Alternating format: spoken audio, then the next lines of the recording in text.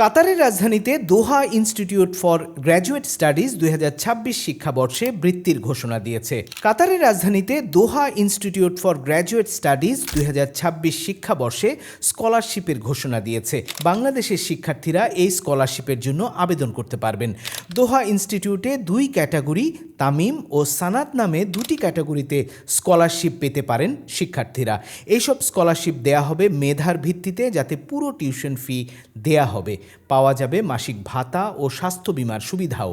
Public policy, political science, international relations, economics, media studies, sociology, anthropology, psychology, philosophy, security স্টাডিজের মতো সাবজেক্টের শিক্ষার্থীরা তাতে আবেদন করতে পারবেন।